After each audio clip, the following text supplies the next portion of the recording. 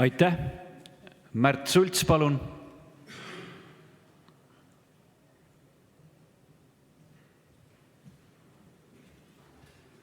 Eesistuja, kolleegid, minu eelkõneleja Aadu ütles, et õpetajad on hariduse maastiku proletariaat. Mingi aeg oli selline loosung: kõigi maade proletaarlased, ühinege. Mingi aeg oli see loosung, et kaadrid määravad kõik. Ja nüüd, kui keerame aega natukene tagasi, ka valitsusel soovitakse seda teha, et mis on tehtud nendega Eesti Vabariigis, et nemad on saanud sellisteks tarkadeks ja ilusateks. Nendega on tegeletud huvitegevusega, nad on pandud laulma, tantsima, nad on käinud korralikus lasteaias või siis on need olnud kodulasteaed, nad on läinud korralikku kooli, nendel on tugiteenused olnud, neid on hoitud, kaitstud.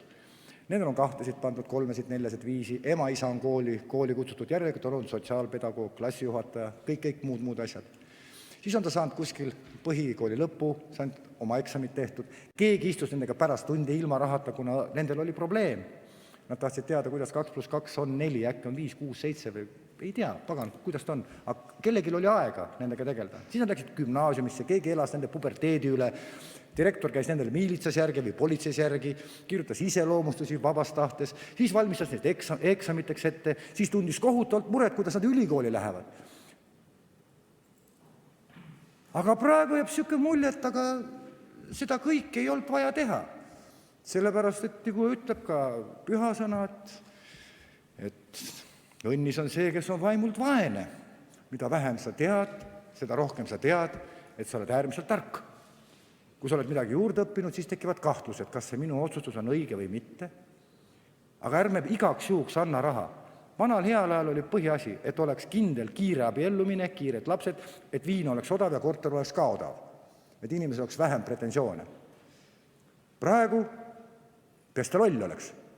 Ära anna talle neid asju, et tekiks lodevus, ära anna teisi asju, las ta istub seal kaupluse ees ja imeb midagi omale sisse ja süstib, ära tee narkoennetust.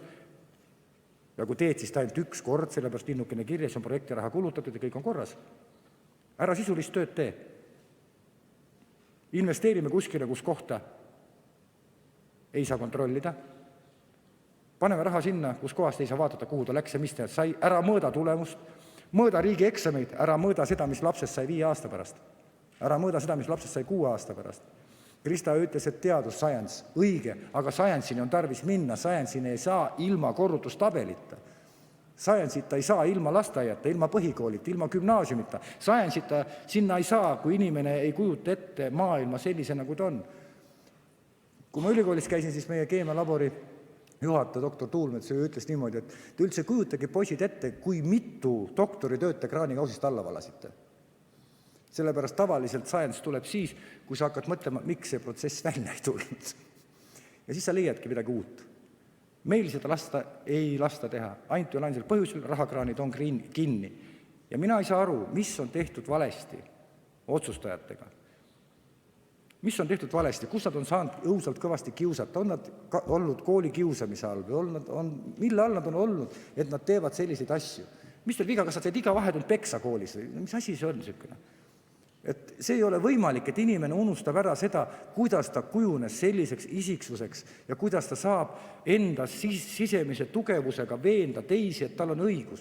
No kuramus küll, ma ei usu neid vendi, kes siin paremat kätt puldis räägivad. Ma ei usu, 20 korda küsid ja tema paneb sulle ämbrisse kõverdi vastu. Ja mitte midagi ei tule välja sellest. Loed numbreid, ei ole meil ei tugiteenuseid vaja, ei ole mitte midagi. Ei, ärge arvake, et valitsus ei tõsta õpetajate alampalka. Tõstab.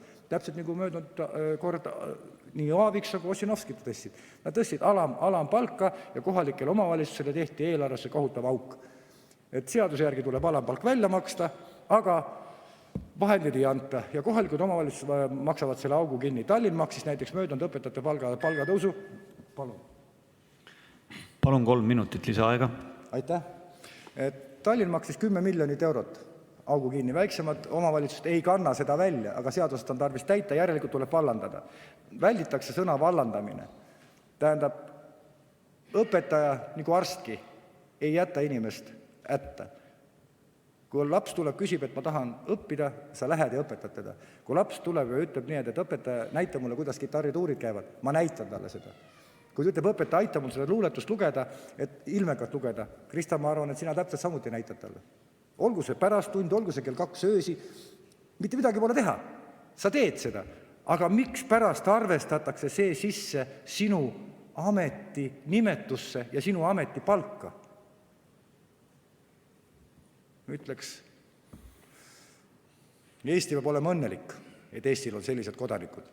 Eesti peab olema õnnelik ja on õnnelik, et tal on selline rahvus, väikene rahvus, kes suudab võidelda. Aga usk kaob ära ja kui usk kaob ära, siis ei ole enam riiki. Aitäh! Aitäh!